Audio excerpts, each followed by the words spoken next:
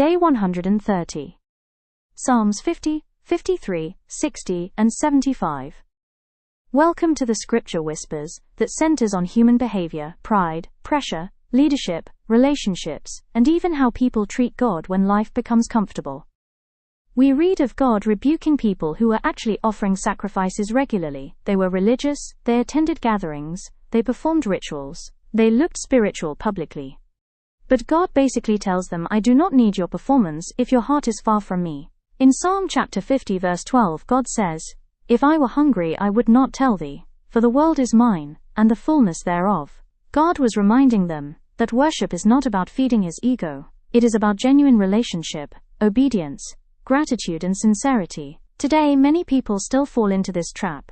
Some people post motivational Bible verses online, but speak harshly to their families at home. Some people worship loudly in church but cheat customers in business. Some parents teach children about honesty while lying openly in front of them. God notices the difference between performance and sincerity. A person can look spiritually active and still be spiritually disconnected. Modern culture rewards appearance more than authenticity. Many people are exhausted trying to maintain an image, but God is more interested in integrity than image management. Whoso offereth praise glorifieth me, and to him that ordereth his conversation aright will I show the salvation of God.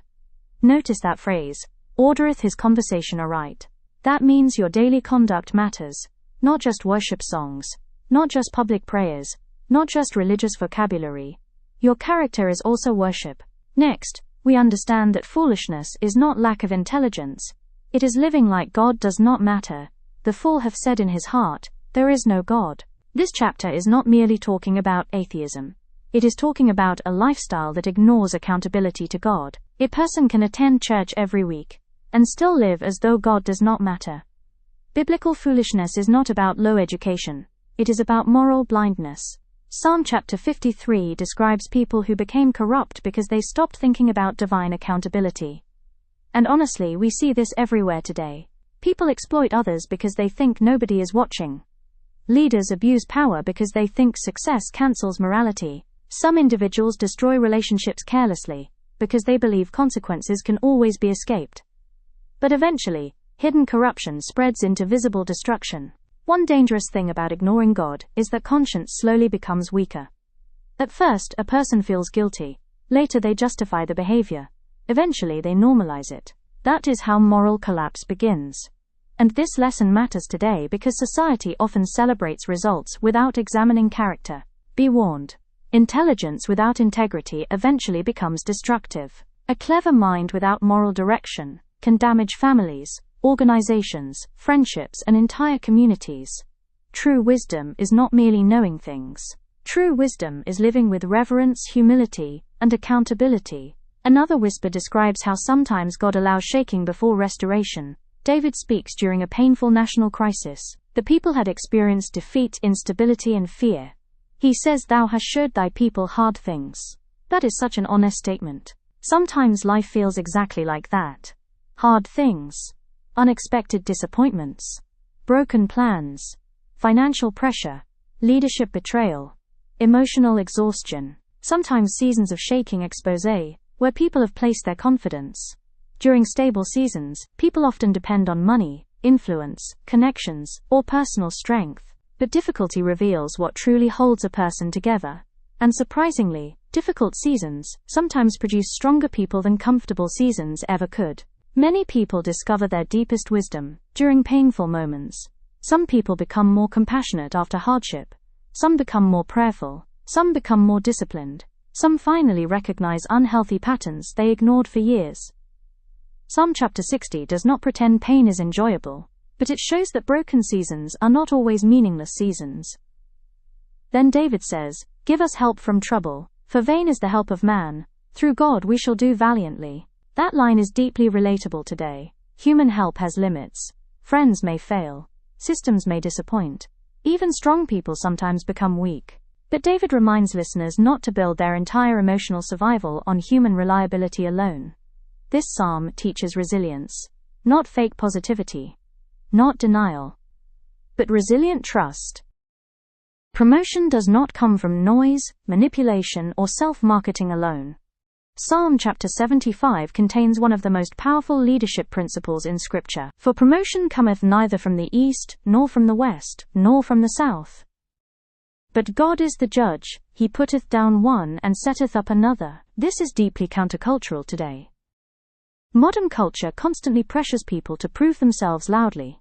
People feel pressured to exaggerate achievements, force visibility, manipulate relationships, or compete aggressively for attention. But Psalm chapter 75 teaches that lasting elevation is ultimately connected to divine timing, character, and purpose. This does not mean people should avoid hard work.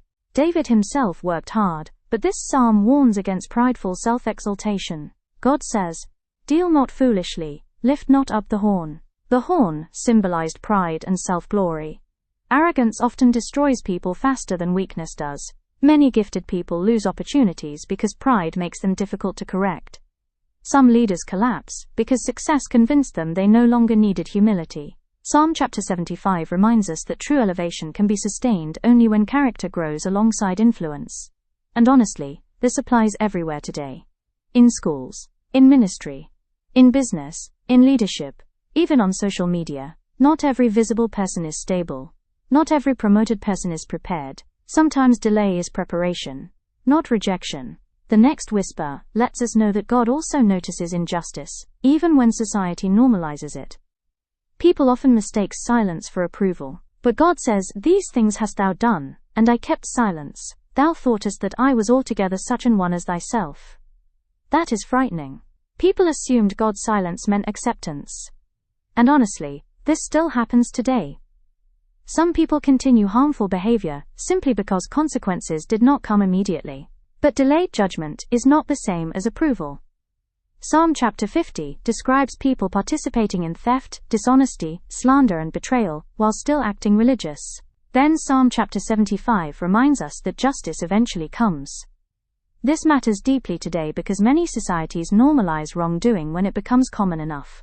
Dishonesty becomes smartness. Cruelty becomes strength. Manipulation becomes strategy.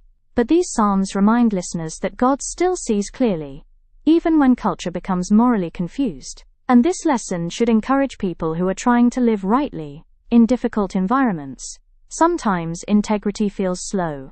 Sometimes honesty feels unrewarded. Sometimes doing the right thing feels lonely. But Psalm chapter 75 reminds us that God remains the final judge of human actions. Dear listeners, God values sincerity over performance. Intelligence without integrity becomes dangerous. Hard seasons can develop deeper strength. Promotion without humility becomes unstable. God still sees injustice even when society ignores it. These chapters challenge listeners to examine not just their public image, but their private character. Because in the end, a strong life is not built merely on appearance, talent, or applause. It is built on truth, humility, reverence, integrity, and dependence on God. And perhaps that is the most unusual lesson of all.